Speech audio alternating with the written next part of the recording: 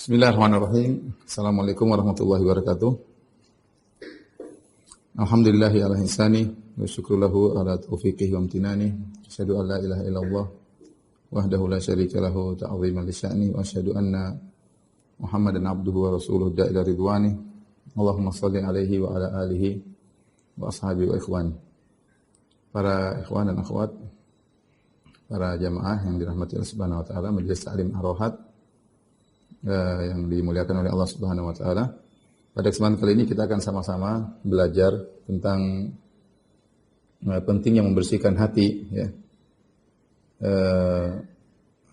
Terutama kita tahu bahwasanya penyakit-penyakit hati sangatlah banyak yang kita harus belajar untuk membersihkannya satu persatu, ya. Adapun pentingnya amalan hati akan saya jelaskan sebagaimana berikut ini.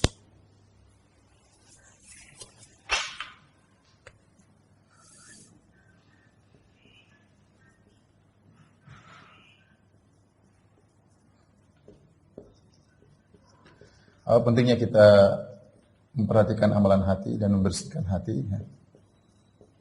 Banyak sekali, ya, pentingnya. Di antaranya bahwasanya yang menjadikan patokan bagi Allah adalah amalan hati.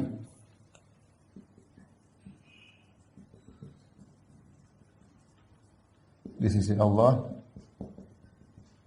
adalah amalan hati. Makanya takwa tempatnya di hati. Takwa tempatnya di hati. Kata Allah Subhanahu wa taala, "Lan yanalallah luhumuha wala dima'uha walakin yanaluhu at-taqwa minkum." Ini ketika Allah berbicara tentang sembelihan, kata Allah, sungguhnya tidak akan sampai kepada Allah daging sembelihan dan juga tidak akan sampai kepada Allah darah sembelihan ketika kita menyembelih korban. Walakin yanaluhu taqwa minkum. Tapi yang sampai kepada Allah adalah ketakwaan dari kalian. Ketakwaan dari kalian. Dan inilah yang sampai kepada Allah Subhanahu wa taala. Jadi patokan adalah hati. Demikian juga ketika Allah Subhanahu wa taala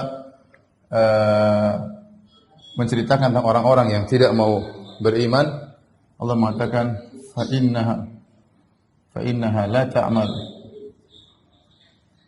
la ta'mal absar walakin ta'mal qulubul lati fis sudur. Ya, kata Allah, yang bukan buta adalah mata, bukan, tetapi yang buta adalah hati, ya. Kalau hati sudah buta, repot, maka akan berpengaruh pada yang lain. Seorang mungkin bisa melihat, seorang bisa mendengar, tapi kalau hatinya sudah buta, dia tidak bisa melihat ayat-ayat Allah Subhanahu wa taala. Demikian juga kata Allah Subhanahu wa taala tentang perkataan Nabi Ibrahim alaihissalam, yauma la yanfa'u malun wala banun. Yauma la yanfa'u malun wala banun. Ya, illa man atallah biqalbin salim. Hari di mana tidak bermanfaat harta dan anak-anak kecuali orang yang datang kepada Allah dengan hati yang selamat. Hari kiamat yang paling menjadi patokan adalah hati yang selamat. Demikian juga dalam hadis kata Nabi sallallahu alaihi wasallam, "Innallaha la yanzuru ila suwarikum wala ila ajsamikum walakin yanzuru ila qulubikum wa a'malikum." Kata Nabi SAW, Allah tidak melihat kepada bentuk kalian, suwarikum bentuk kalian, wala ila ajsamikum, Allah tidak melihat kepada jasad kalian, tidak lihat pada rupa, tidak lihat pada jasad, walakin yanzuru ila qulubikum, tapi Allah melihat pada hati kalian dan amalan kalian. Perhatikan. Jadi yang jadi patokan di sisi Allah adalah amalan hati, adalah amalan hati, ya. Namun tidak ada yang tahu isi hati kita kecuali Allah Subhanahu wa taala. Kalau amalan zahir kita bisa lihat orang, kita bisa nilai dia rajin salat enggak rajin salat, dia Islami atau enggak Islami, pakai jilbab atau enggak pakai jilbab, bermaksud tidak bermaksiat. Tapi kalau amalan hati tersembunyi. Orang mungkin tidak lihat, tapi Allah Maha mengetahui apa isi hati kita. Kita lagi bertakwa, lagi riya, lagi ujub, atau lagi ikhlas, atau lagi sombong, atau lagi tawadhu. Yang tahu hanyalah Allah Subhanahu wa taala. Kemudian antara yang menunjukkan pentingnya amalan hati yaitu bahwasanya hati penentu ya amalan al-jawarih. Al-jawarih maksudnya anggota tubuh. Ya. Dalam hadis kata Nabi sallallahu alaihi wasallam, "Inna fil jasadi mudghatan idza saluhal jasadu kullu wa idza fasadal jasadu kullu ala wa hiyal qalb." Kata Nabi sallallahu alaihi wasallam, sungguhnya dalam tubuh ada segumpal daging, maksudnya qalbu ya. Idza saluhal jasadu kullu. Kalau segumpal daging tersebut baik, maka baik pula seluruh jasad. Jika buruk segumpal daging tersebut, maka buruk pula seluruh jasad. Ketahuilah adalah kalbu, perhatikan ini. Ya. Ini benar tidaklah seseorang kemudian bergibah kecuali karena hatinya bermasalah. Ya. Tidaklah seorang nampak kesombongannya, omongannya kecuali karena dalam hatinya ada masalah. Mungkin dia sombong. Tidaklah orang merendahkan orang kecuali hatinya bermasalah ya.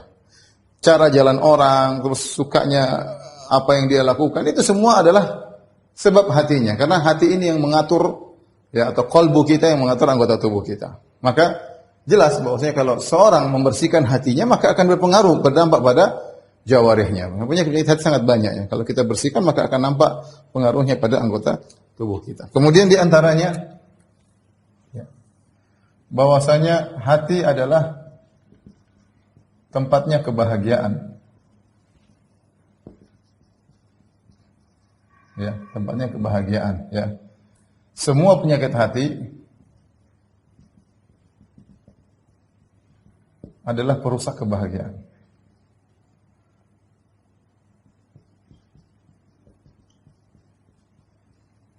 Ya. Maka seorang berusaha membersihkan hatinya. Seorang paling bahagia siapa? Orang yang qanaah. Yang qanaah, menerima dengan tidak syuh, tidak pelit. Orang yang paling bahagia adalah orang yang ikhlas. Ini paling bahagia. Orang yang paling bahagia adalah orang yang pemaaf, tidak dendam. Orang yang paling bahagia siapa? Orang yang tidak hasad. Orang paling bahagia. Siapa orang tidak bahagia? Yang dia hasad, dengki, dendam, ya. Sombong. Ini orang-orang yang tidak bahagia. Maka ketika kita sedang berbicara dosa-dosa hati dan berusaha untuk membersihkannya, sesungguhnya kita sedang berbicara bagaimana meraih kebahagiaan. Ya. Karena kebahagiaan tempatnya di qalbu kita.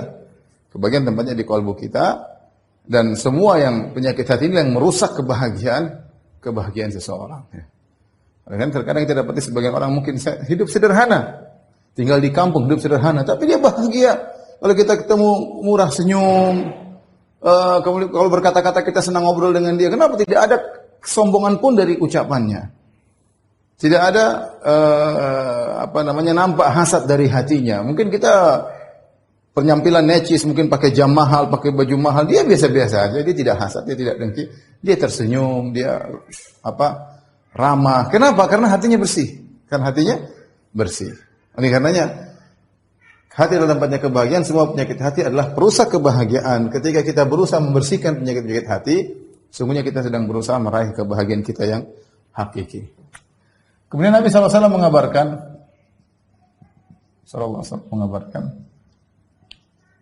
manusia terbaik adalah yang bersih hatinya, yang membersihkan penyakit hatinya.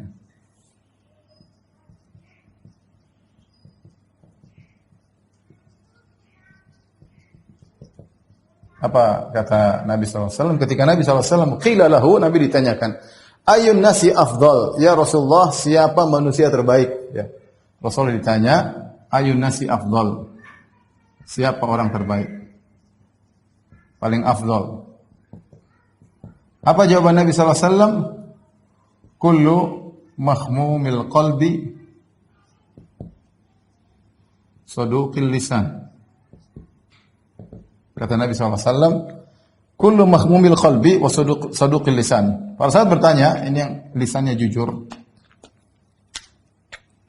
Lisannya jujur. Hatinya dibersihkan. Inilah manusia terbaik. Para sahabat bertanya, ya Rasulullah, saduqul lisan arafnahu. Ya Rasulullah, lisan yang jujur kami tahu. Fama mahmumul qalb? Apa itu mahmumul qalb? Mahmumul qalb adalah hati yang dibersihkan. Ternyata mahmum itu adalah dari kata yang maknanya adalah miknasah, yang artinya menyapu. Jadi mahmumul qalb artinya hati yang dibersihkan. Seakan-akan kalau kita punya rumah sering masuk kotoran, debu setiap hari, kita tiap hari harus membersihkannya. Itu tidak? Iya, tiap hari kita harus membersihkannya. Ya, Nabi menyamakan hati itu seperti rumah yang harus dibersihkan setiap hari. Ya, karena kita tahu ketika kita berinteraksi, ketika kita melihat, ketika kita mendengar, ketika kita bermasalah dengan orang, pasti ada hal-hal yang mungkin membuat kita mau sombong, membuat kita mau angkuh, membuat kita punya dapat naik jabatan. Nah, ini membuat kita bisa jadi sombong, bisa angkuh, melihat orang punya kelebihan yang banyak, mungkin kita bisa hasad dan macam-macam. Ya, ini semua bisa saja datang dalam hati. Kita setiap hari harus bersihkan penyakit-penyakit tersebut, maka kita menjadi manusia yang terbaik. Dan Allah Subhanahu wa taala berfirman tentang hati,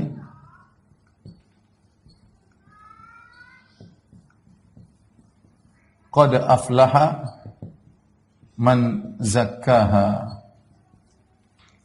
Sungguh beruntung orang yang mensucikan hatinya, ya.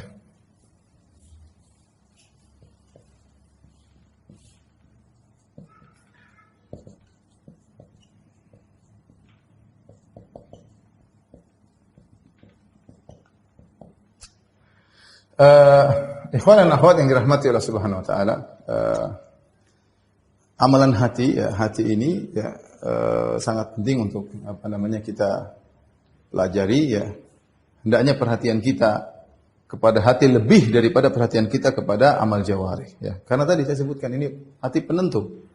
Kebanyakan kita atau sebagian kita lebih memperhatikan penampilan tubuhnya daripada bagaimana kondisi hatinya, ya. Harusnya sebaliknya, seorang lebih perhatian dengan kondisi hati. Bagaimana hatiku sekarang ini? Karena itu akan terpancar kepada anggota tubuhnya. Kondisi hatinya terpancar pada anggota tubuhnya. Maka seorang hati-hati, ya. Hatinya bagaimana? Dia harus peka tatkala ada penyakit, ya. Kayak ujub, apakah dia ria, apakah dia sombong, apakah dia angkuh. Dia harus peka untuk segera dia bersihkan. Jangan dia berjalan tanpa pedulikan isi hatinya, jangan. Ya. Dia berusaha memperhatikan isi hatinya, ya. Dan hati, ya, memiliki amalan-amalan, ya. Hati memiliki amalan-amalan.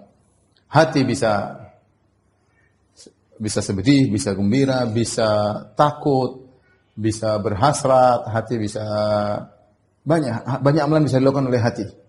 Hati kita bisa melakukan banyak amalan. Oleh karenanya, sebagaimana lisan kita dimintai pertanggungjawaban, pandangan kita diminta pertanggungjawaban, tangan kita, kaki kita diminta pertanggungjawaban, hati kita juga akan ditanya oleh Allah diminta pertanggungjawaban. Ya. Makanya kata Allah Subhanahu wa taala, fala taqfu wa la taqfu ma laysa laka bihi ilm. Jangan kau ikuti apa yang kau tidak punya ilmu tentangnya. Innas sam'a wal basara wal fuad kullu ulaika kana anhu mas'ula. Sungguhnya pendengaran, penglihatan dan hati semuanya akan ditanya oleh Allah Subhanahu wa taala, diminta pertanggungjawaban oleh Allah Subhanahu wa taala. Ini mukadimah yang saya sampaikan. Selanjutnya insyaallah kita akan membahas tentang penyakit-penyakit hati atau qalbu.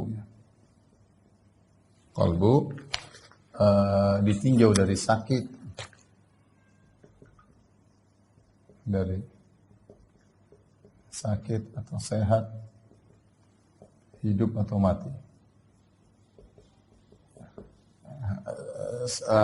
Hati itu menimpa kondisi-kondisi. Dia bisa terkena penyakit, dia bisa sehat, bahkan dia bisa mati, ya. Oleh karenanya para ulama membagi kondisi hati menjadi tiga. Yang pertama disebut dengan al-qalbus salim. Al-qalbus salim yaitu hati yang selamat, sehat, ya. Hati yang selamat. Apa ciri-cirinya? Yaitu dia mudah khusyuk. Mudah khusyuk. Mudah terenyuh ya. Ya, tidak sombong. Dan lain-lain, tidak angkuh, tidak dendam dan lain-lain. Itu ciri-ciri hati yang sehat. Lawannya adalah hati yang mati.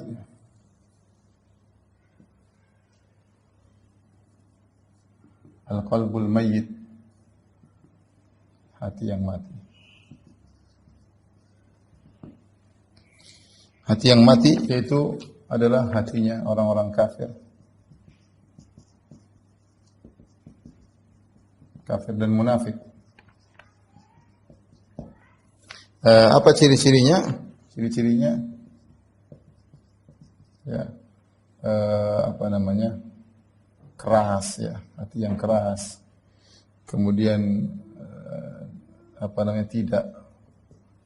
Tidak terpengaruh dengan ayat-ayat Allah,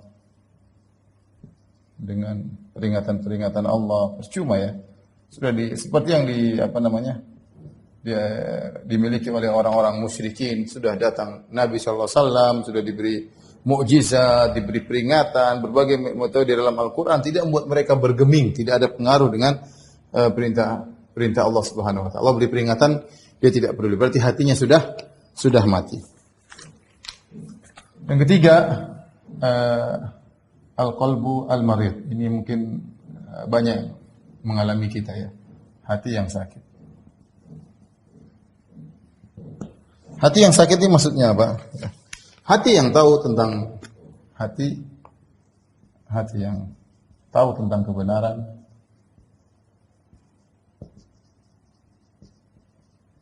al-haq, ya.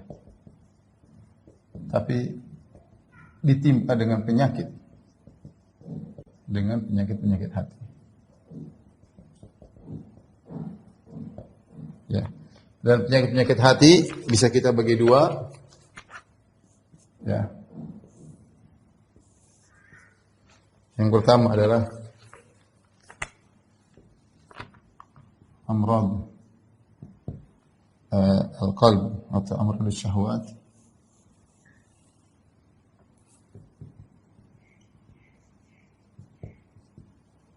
Penyakit hati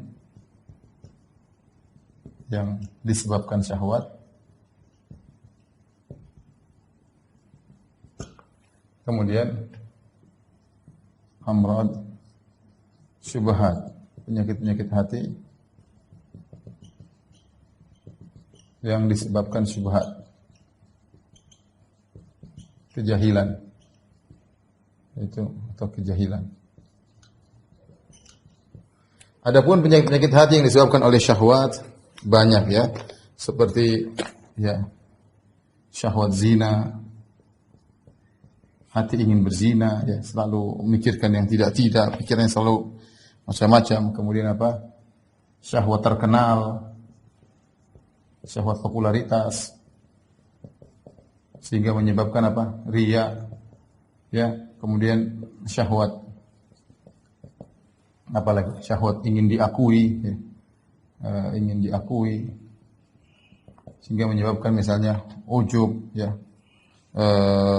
Kemudian hasad misalnya dan lain-lain ya. Syahwat ingin nomor satu, ingin dinomorsatukan, menimbulkan hasad, tidak ingin ada orang yang sama dengan dia. Ini disebabkan oleh syahwat. Adapun penyakit hati yang disebabkan oleh kejahilan atau syubhat banyak contohnya. Ini adalah kekufuran. Kenapa dia terkena penyakit kekufuran? Karena kejahilan ya. Contohnya kemunafikan. Kena syubhat dia.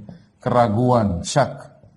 Ragu dengan Allah Subhanahu wa taala ya, dan lain-lain. Ini adalah syahwat, penyakit hati yang disebabkan oleh kejahilan atau syubhat ya. Ini secara global, maka kita tidak mengaku bahwasanya kita memiliki hati yang sehat ya. Sulit bagi kita untuk mudah untuk khusyuk.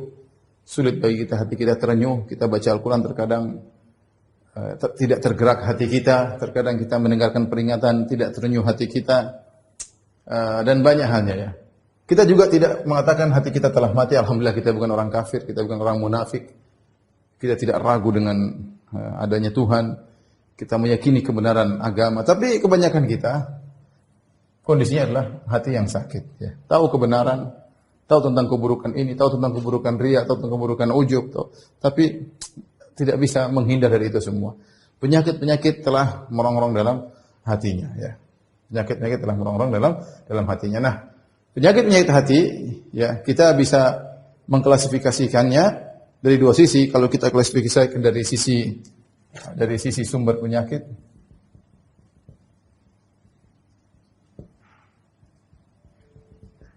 maka dibagi menjadi dua. Amradus syahwat, yaitu penyakit hati yang disebut syahwat. Syahwat banyak, ada syahwat ingin berzina, mengakibatkan seorang senantiasa memikirkan yang tidak-tidak, melihat apapun dia, ini karena mungkin dia memandang yang tidak benar, jadi hatinya selalu ingin berzina. Ada syahwat dalam hatinya ya. Ya. Kemudian syahwat popularitas, ingin terkenal, itu syahwat tersendiri, sehingga dia riya ya. Kemudian dia sum'ah misalnya. Kemudian syahwat ingin diakui atau dia bangga dengan dirinya sehingga dia ujub, atau syahwat yang selalu nomor satukan sehingga dia hasad, tidak ingin ada orang yang setara dengan dia. Ini semua akibat syahwat. Ada penyakit-penyakit hati yang disebabkan karena syubhat atau kejahilan seperti kekufuran. Dia kufur, dia enggak masuk Islam karena kejahilan. Dia munafik, kenapa dia tidak tahu tentang indahnya syariat Islam, maka dia benci dengan syariat Islam, meskipun KTP-nya Islam, dia benci dengan syariat Islam. Kenapa? Ada syubhat, mungkin dengar pernyataan-pernyataan orang-orang ahli filsafat yang tidak benar, akhirnya terkena syubhat, akhirnya menganggap tidak perlu kita syariat Islam itu enggak benar dan ini tidak lagi relevan untuk di zaman sekarang, sehingga terkena penyakit kemunafikan ya. Keraguan, ragu Tuhan itu ada atau tidak, ragu agama Islam benar atau tidak, ragu apakah orang-orang kafir akan masuk neraka, ragu, semuanya ragu. Ini kenapa? Disebabkan semua karena kejahilan. Ini semua penyakit-penyakit hati. Ini klasifikasi model pertama. Kita akan membahas klasifikasi model kedua yang akan kita perinci insyaallah setelah ini, itu berkaitan tentang hukumnya. Ada penyakit hati yang merupakan kekufuran, ada penyakit hati yang merupakan maksiat, dosa besar, ada juga yang dosa kecil. Setelah ini insyaallah taala. Insyaallah setelah ini kita akan bahas penyakit hati dan kita membahas bagaimana cara mengobati penyakit-penyakit tersebut ya. Baik, penyakit-penyakit hati.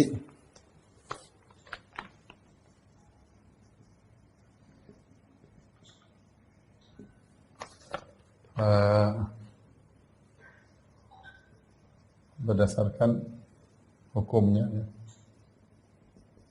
Dibagi menjadi tiga. Yang pertama yang merupakan kekufuran.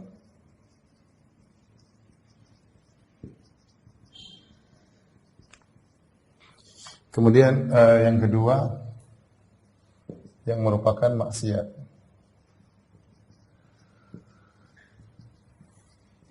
Yang maksiat kita juga bisa bagi menjadi dua ya. Yang merupakan dosa besar.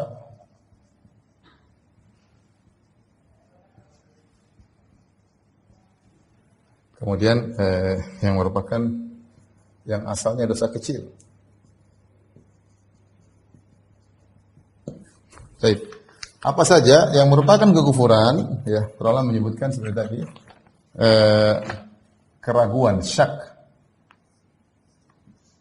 keraguan. Maksudnya apa keraguan? Dia ragu tentang adanya Tuhan misalnya. Dia ragu bahwasanya agama Islam agama yang terbenar. Dia ragu. Dia ragu bahwasanya kesyirikan adalah kesesatan. Ya. Dan ini muncul banyak orang-orang liberal yang mengalami keraguan. Ragu tentang Al-Quran, ragu tentang Allah Subhanahu wa taala, semua agama benar, ya. Kita tidak boleh memandang dari kacamata kita. Semua orang-orang yang musyrikin juga maksudnya tauhid. Mereka ucap macam-macam ungkapan mereka. Intinya mereka ragu dengan agama Islam. Ya. Mereka ragu dengan syariat Islam. Kata mereka syariat Islam ya hanya cocok di 1400 tahun yang lalu. Sekarang tidak relevan lagi. Tidak bisa kita terapkan syariat Islam. Ini penyakit ya. Ini kekufuran. Karena iman itu harus dibangun di atas keyakinan yang kokoh. Ya. Innamal mu'minuna alladzina amanu billahi wa rasulihi tsumma lam yartabu. Kata Allah Subhanahu wa taala, sungguhnya orang-orang yang beriman. Sesungguhnya orang beriman adalah yang beriman kepada Allah dan Rasulnya, tsumma lam yartabu, kemudian tidak ragu. Ya, barang siapa yang ragu tentang syariat Islam, ragu tentang Allah, ragu tentang Nabi sallallahu alaihi wasallam, ragu tentang Al-Qur'an, maka dia telah terjerumus dalam penyakit hati, yang penyakit hati itu sampai pada derajat kekufuran. Ya. Ya. Karena hal ini menjerumuskan orang dalam kekufuran. Contoh lagi kemunafikan. An-nifaq. Kemunafikan. Ini banyak dialami juga oleh orang liberal ya, kalau zaman sekarang, yang mereka tidak puas dengan hukum Allah. Padahal Allah mengatakan, "Fala wa rabbika la yu'minuna hatta yuhaqqimuka fi ma shajara bainahum." Demi Rabbmu bahwasanya mereka tidak beriman sampai mereka menjadikan engkau sebagai hakim di antara kalian agar mereka mengambil keputusanmu. Tsumma la yajidu fi anfusihim harajan mimma qadait. Setelah mereka menjadikan engkau hakim wahai Rasulullah, kemudian mereka tidak mendapati dalam diri mereka keganjalan dengan keputusanmu. Wa yusallimu taslima, dan mereka terima pasrah dengan keputusanmu. Harusnya demikian seorang muslim. Ya. Idza du'u ila Allah wa rasulih liyahkuma bainahum. Semuanya orang beriman itu kalau dipanggil untuk berhukum dengan hukum Allah dan Rasulnya, mereka akan berkata sami'na wa ata'na, kami taat dan kami mendengar. Ya. Ya. Tetapi orang munafik, ya, kemunafikan, mereka ada penyakit hatinya dan mereka tidak terima dengan hukum-hukum Allah Subhanahu wa taala. Kata Allah Subhanahu wa taala tentang mereka, fi qulubihim marad. Fi qulubihim maradun, ya. Ya, dan Allah, dalam hati mereka ada penyakit.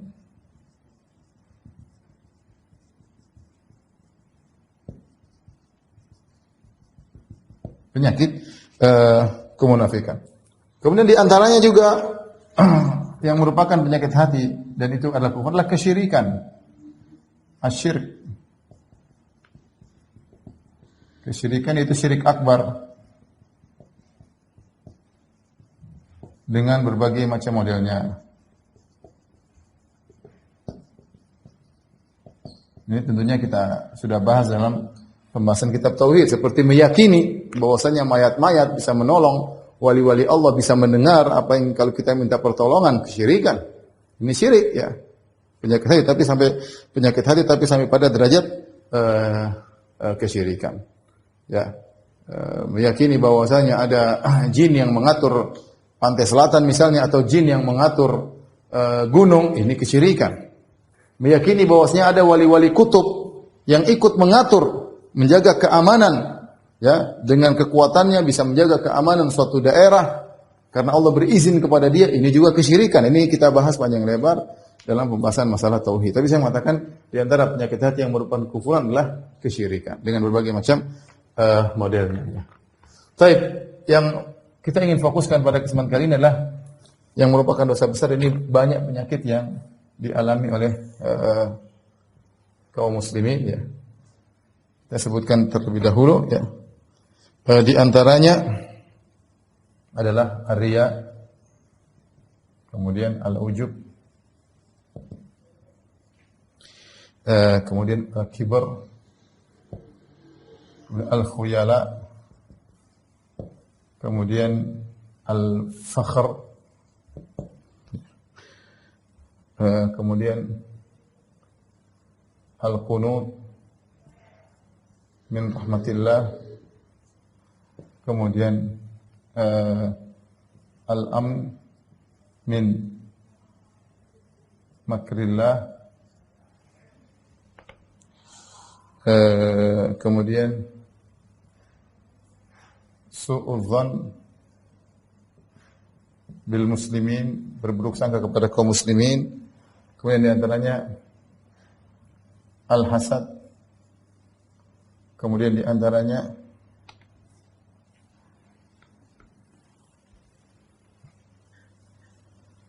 al-hiqd, ya. Kemudian di antaranya asyuh,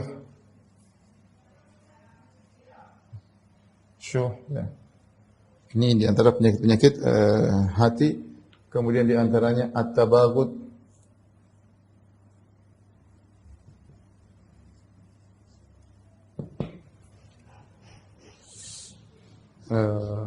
Ini sementara mungkin yang bisa sampaikan. Riya, sebagai tahu adalah riya. Ya, riya maksudnya riya. Kemudian ujub, sombong. Mirip khuyala juga angkuh ya, mirip. Fakhr, yaitu apa namanya? Fakhr ini sama juga mirip ya, pamer atau menyombongkan ya. Al-qunut, putus asa dari rahmat Allah. Ini juga dosa besar. Merasa aman dari siksa Allah. Syuh, yaitu pelit ya.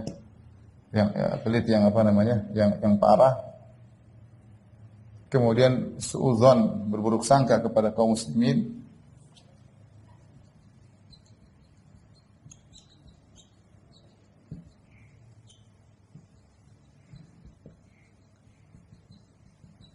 Ada hasad. Al-hiqd itu hasad, lebih tinggi lagi daripada hasad ya. Dengki kalau mungkin bahasa kita ya. Tabaghut, saling benci, saling memusuhi, membenci ya.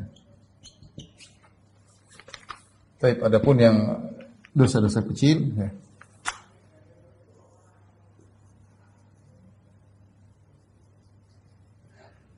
Di antaranya kata para ulama yaitu syahwat untuk berzina, syahwat untuk memandang yang haram. Ini penyakit hati ya, terjebak dengan syahwat tersebut. Taib, para hadirin hadirat subhanahu wa ta'ala, kita akan membahas beberapa penyakit-penyakit ini ya.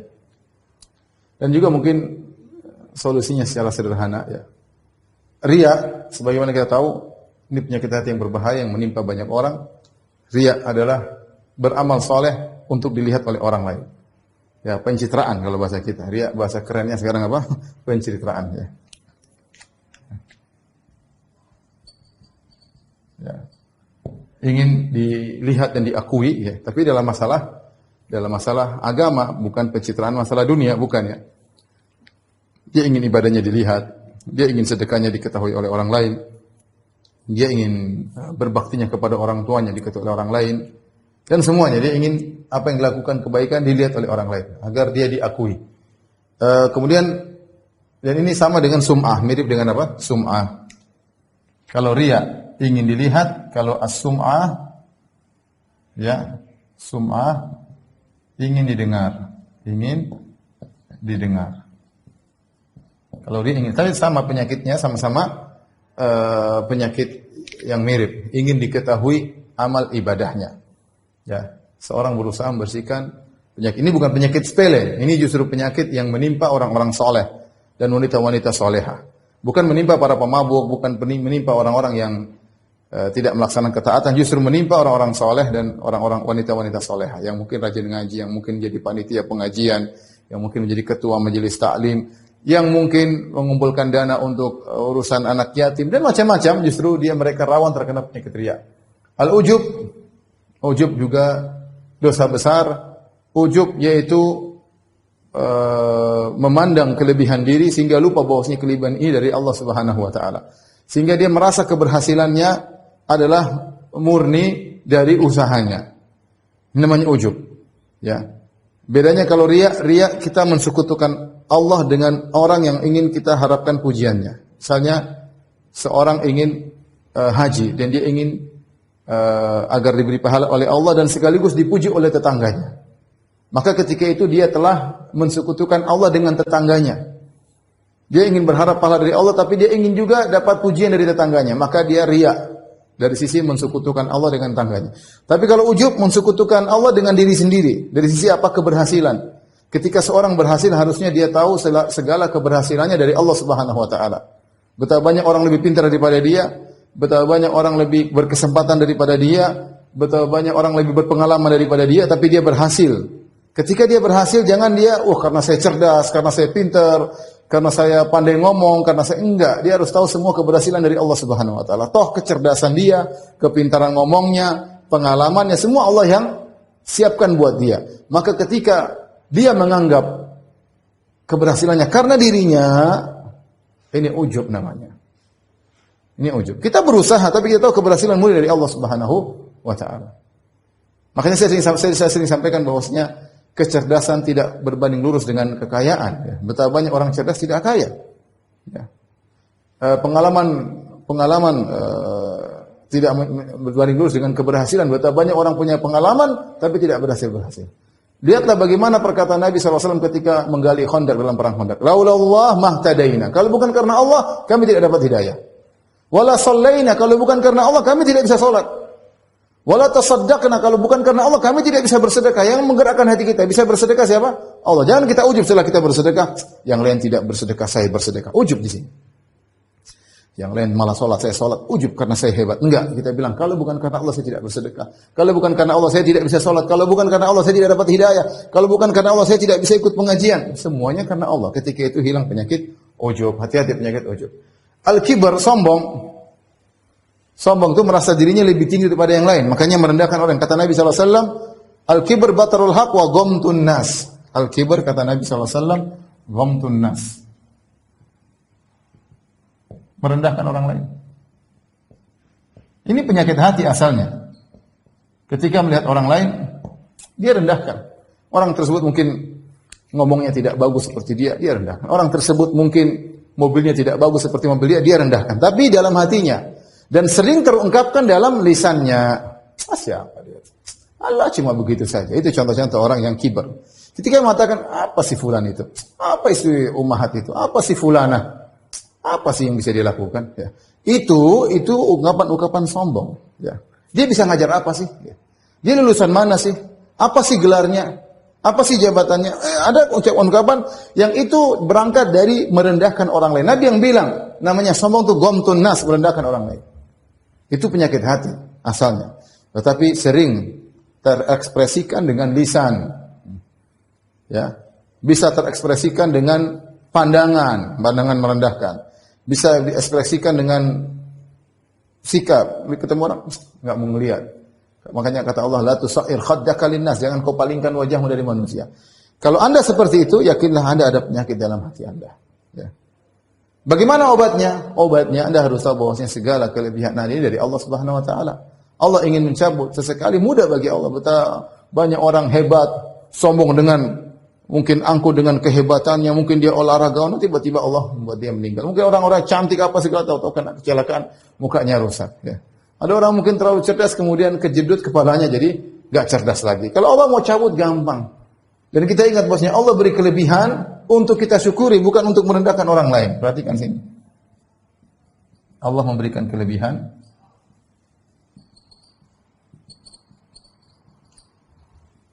untuk disyukuri. Bukan untuk merendahkan orang lain.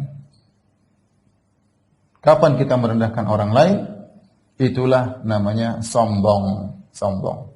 Sampai al-khuyala juga mirip ya. Kata para ulama mirip antara al-kibar sombong dengan al-khuyala ya. Ini mirip al-fakhr. Kalau al-fakhr juga kesombongan, cuma al-fakhr biasanya berkaitan dengan orang lain. Itu dia membangga-banggakan dirinya, pamer atau membangga-banggakan dirinya. Pamer membangga-banggakan dirinya.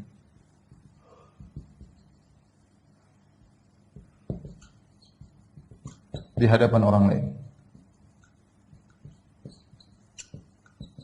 Saya yang begini, orang tua saya yang telah membangun ini, nenek moyang saya yang telah begini, saya dari keturunan ini, kayak ini sombong. Jadi sebut-sebut tentang dirinya, bangga-banggakan dirinya, karena kesombongan dalam hatinya. Dan ini disebut dengan al-fakhr. Ya, Rasulullah melarang seorang yafkhur, ya, ba'dhum ala ba'd, jangan sombong di atas yang lainnya. Jadi orang-orang yang ini al-kibr, al-khuyala, al-fakhr, sombong, dia merasa dirinya tinggi di hadapan orang lain. Dia melihat orang lain rendah. Sungguhnya dia yang hina di sisi Allah, dia yang rendah di sisi Allah Subhanahu wa taala. Makanya mereka-mereka ini pada hari kiamat kelak dibangkitkan oleh Allah dalam kondisi hina dina. Kata Nabi SAW, yuhsyarul mutakabbiruna yaumal qiyamah ka'amsali dzarfi suwarir rijal. Sungguhnya orang-orang sombong dibangkitkan pada hari kiamat kelak seperti semut-semut kecil, ukurannya seperti semut tapi bentuknya manusia. Yakshahumudz dzul min kulli makan, hampir diinjak oleh manusia yang lain pada hari kiamat kelak. Bayangkan dia dibangkitkan kecil. Kenapa? Al-jazaa' menyisal amal, balasan sesuai dengan perbuatan. Di dunia merasa tinggi, merasa hebat, merasa tinggi seperti gunung, maka pada hari kiamat Allah bangkitkan kecil seperti semut, siap diinjak oleh hewan, diinjak oleh manusia, hina dina. Ya, maka Anda jangan sombong. Nabi SAW mengatakan, la yadkhul jannata man kana fi qalbi mithqalu dzarratin min kibr. Tidak masuk surga seorang dalam hatinya ada kesombongan meskipun sebesar dzarrah. Hati-hati ibu-ibu ya. Dan sebab kesombongan ini banyak, merendahkan orang lain, bisa sombong karena tas ibu-ibu, bisa sombong karena mobil ibu-ibu, bisa sombong karena suami ibu, bisa sombong karena rumah, bisa sombong karena jalan-jalan ke luar negeri. Hati-hati. Bisa sombong, bisa pamer dan lain-lain. Hati-hati penyakit, bersihkan penyakit hati. Kita ini di antara yang buat kita sembuh dari penyakit ini, kita bilang orang lain menurut kita mungkin rendah secara zahir, tapi bisa dia sangat mulia di sisi Allah Subhanahu wa taala. Kenapa bisa jadi demikian? Menurut mata kita dia rendah tapi ternyata dia tinggi di sisi Allah, karena sudah kita jelaskan tadi yang menjadi patokan penilaian Allah adalah adalah hati. Sementara kita tidak tahu hati dia, bisa jadi orangnya tulus, bisa jadi orangnya ikhlas. Belum lagi mungkin dia melakukan amal-amal saleh yang tidak ketahui, ternyata dia berbakti kepada orang tuanya, ternyata dia suka menyenangkan hati orang tuanya. Ternyata dia suka mendoakan kaum muslimin. Mungkin kelihatannya kita lebih rajin salat daripada dia, tapi kita enggak tahu hakikat hati dia. Mungkin dia qanaah, kita sombong. Mungkin dia ikhlas, kita ria. Terus bagaimana Anda merasa Anda lebih hebat daripada dia? Kalau kita saja lebih hebat daripada dia, kita enggak boleh sombong, apalagi belum tentu kita lebih hebat daripada dia. Belum tentu kita para wanita yang sibuk dalam majelis ta'lim kemudian lebih baik daripada ibu-ibu di jalan yang mungkin melakukan sebagian kemaksiatan. Kita enggak tahu ya. Kita bersyukur kepada Allah, Allah berikan kita hidayah, tapi jangan merasa tinggi dibandingkan yang lainnya. Kalau ada kesalahan kita tegur. Ketika kita tegur bukan berarti kita merasa tinggi daripada dia, tapi sebagai bentuk nasihat sama kaum muslimin dan kaum muslimat. Jadi hati-hati, dari mana Anda tahu Anda lebih baik daripada dia? Hati-hati. Karena barometer adalah masalah hati, sementara hati rahasia Allah. Tidak ada yang tahu kecuali Allamul Ghuyub, kecuali Allah yang mengetahui isi hati manusia. Yang berikutnya di antara dosa besar berkaitan dengan hati adalah putus asa rahmat Allah. Ketika tertimpa dengan berbagai masalah, seorang wanita mungkin suaminya kurang ajar, dia putus asa, seakan-akan buat apalagi dia hidup, putus asa, seakan-akan Allah tidak mungkin menolongnya di hati seperti ini. Itu namanya kunut. Kalau berbahaya, mengantarkan dia kepada bunuh diri. Itu sudah puncaknya. Tapi sebelum bunuh diri, bisa jadi seorang terkena kunut, seakan-akan gak mungkin lagi Allah. Allah tidak sayang sama saya. Ucapan seperti itu, Allah tidak perhatian sama saya. Ucapan seperti itu berarti al-ya'su min rahmatillah. Ya. Putus asa rahmat Allah. Aduh, saya ini banyak dosa, kayaknya sudahlah selesai, percuma. Makanya Allah mengatakan, "Qul ya ibadiyalladzina asrafu ala anfusihim la taqnatu min rahmatillah." Katakanlah wahai hamba-hambaku yang bergelimang dalam kemaksiatan, jangan putus asa dari rahmat Allah Subhanahu wa taala. Wala ya'asu min rauhillah, innahu la ya'asu min rauhillah illa al-qaumul kafirun. Tidak ada yang putus asa dari rahmat Allah kecuali orang kafir ya. Oleh karenanya kita seorang mukmin, apapun yang terjadi, kita berusaha jangan putus asa dari rahmat Allah. Apapun musibah, apapun maksiat yang kita lakukan, jangan putus asa. Ya. Sebaliknya di antara dosa besar merasa aman dari makar Allah, merasa aman dari siksaan Allah, terus bermaksiat, selamat, Allah tidak kasih siksaan. Berzina sana, berzina sini, Allah tidak kasih siksaan. Makan riba sana, makan riba sini, rantai dari sana, rantai dari sini, Allah tidak kasih siksaan. Semakin tinggi pangkat, semakin tinggi jabatan, bohong sana, bohong sini, nipu sana, nipu sini, jabatan semakin tinggi, istidraj. Allah tidak kasih siksaan, tetapi dalam hatinya merasa aman dari siksa Allah. Itu dosa besar. Itu dosa besar. Itu dosa besar. Kemudian syuh, pelit. Pelit, semangat mencari harta, pelit, membagi sama orang, pelit. Ya, ini penyakit yang berbahaya. Bukhl, pelit. Ya, kalau seorang dalam hatinya masih pelit, tidak membantu saudaranya, melihat orang miskin tidak peka, kayaknya lewat begitu saja. Bukankah Rasulullah SAW di antara doanya, ya hubbal masakin, ya Allah, aku minta kepada Engkau mencintai orang-orang miskin. Seorang yang beriman lihat orang saudaranya, pada musim pandemi susah, dia sedih, terenyuh. Bukan cuma terenyuh saja, kalau punya duit kasih. Bukan cuma kasihan, tapi mau kasih pelit. Enggak. Itu penyakit fahsya, penyakit yang keji. Ya. Kata Allah tentang syaitan, wa ya'murukum bil fahsya. Wallahu ya'idukum maghfiratan wa fadla. Ya. Sungguhnya syaitan itu menyuruh kepada kalian kepada perbuatan fahsya, yaitu pelit. Itu syaitan. Asy-syaitanu ya'idukumul faqr. Syaitan menakut-nakuti kalau kau menyumbang nanti fakir, nanti miskin, masih banyak kebutuhan. Dan syaitan menyuruh kalian kepada perbuatan fahsya, perbuatan keji. Allah menamakan pelit dengan perbuatan keji. Kemudian di antaranya su'udzan bil muslimin, berburuk sangka kepada kaum muslimin juga penyakit hati. Seorang bersihkan hatinya. Kata Nabi SAW, iyyakum wadh-dhann fa inna dhanna akdzabul hadits. Hati-hati kalian dengan penyakit berburuk sangka. Sungguhnya itulah sedusta-dusta pembicaraan. Seorang apa susahnya dia berbaik sangka? Ada orang lah udah berbaik sangka. Kalau dia ada keraguan segera cross check. Jangan biarkan keraguan tersebut merasuk di dadanya.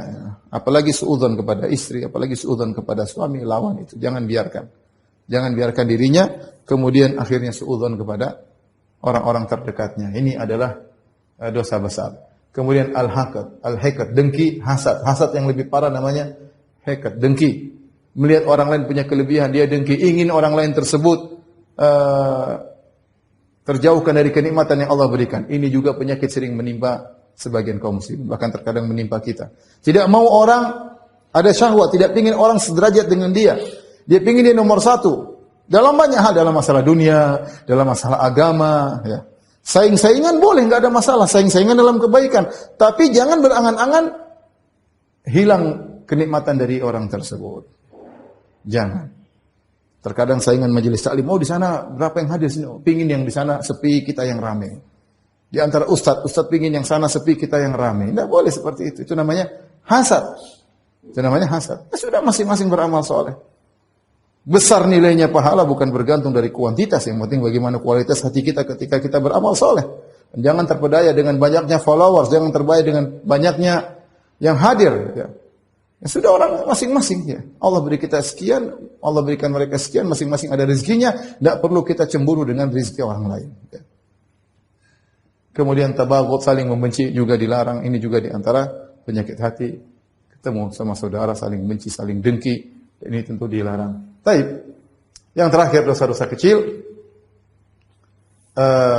Penyakit hati, syahwat untuk berzina, syahwat untuk memandang yang haram. Ini juga banyak menimpa sebagian kaum muslimin terutama di zaman sekarang. Dengan tidaknya mereka menjaga pandangan sehingga selalu hatinya penyakit. Ingin melihat hal-hal yang haram. Ingin menonton hal-hal yang haram. Kenapa? Sudah kecanduan. Kecanduan melihat yang haram. Berhalusinasi, berkhayal yang haram. Banyak pemuda-pemuda kasihan terjebak dengan hal ini. Ya, semoga Allah Subhanahu wa taala membersihkan hati mereka. Tapi dia harus berjuang. Harus berjuang untuk bisa melawan penyakit hati ini agar semua penyakit hatinya bersih, ya. Tapi karena waktu sudah selesai, ya. Saya ingin menyampaikan di antara kiat yang penting agar kita bisa bersih dari penyakit hati, ya. Di antaranya ibu-ibu yang dirahmati Allah Subhanahu wa taala agar kita bisa membersihkan penyakit-penyakit hati kita, yaitu poin pertama kita mengenali penyakit hati kita. Kita mengenali, ya. Kita berusaha mendeteksi, ini penting. Kita men-screen, kita men-scan penyakit hati kita, ada penyakit enggak? Dan saya rasa sinyal kita masih ada. Kalau kita sombong kita sadar, oh saya suka sombong. Kalau kita hasad, kenapa saya hasad, ya? Dan ini kita sering sadar, ya. Bahkan ada sebagian wanita pernah bilang kepada saya, Ustaz saya lagi hasad. Dia ngaku saya lagi hasad. Dia tahu berarti sinyalnya benar, cuma dia tidak bisa melawan, ya. Dia harus lawan. Tapi poin pertama agar kita bisa bersih dari penyakit ini, kita mengenali terlebih dahulu penyakit-penyakit hati yang ada pada diri kita. Bisa dengan belajar, ya. Bisa ada orang yang kasih tahu kamu kok sombong, ya. Terkadang yang memberitahu musuh kita, ya apa orang dia benci sama kita tapi dia jujur, kamu sombong, lisan menunjukkan kesombongan. Kita mungkin tidak suka sama dia, tapi kita lihat benarkah? Jangan-jangan benar saya sombong, karena kesombongan itu nampak dari tulisan, dari perkataan, dari sikap, ya. Bahkan musuh kita kalau ingatkan kita bilang ya sudah. Makanya Umar bin Khattab mengatakan apa? Rahimallah man ahda ilayya uyubi. Semoga Allah merahmati orang yang menghadiahkan kepadaku aib-aibku. Karena seorang terkadang tidak bisa melihat aibnya, yang bisa lihat orang lain, kawannya, terkadang musuhnya bisa lihat aib dia. Maka dia berusaha mengenal penyakit-penyakitnya untuk dia perbaiki. Kemudian misalnya dia belajar tentang masalah akhlak agar dia lebih detail. Oh, ini penyakit ini, penyakit ini, penyakit ini. Kemudian dia cek pada dirinya.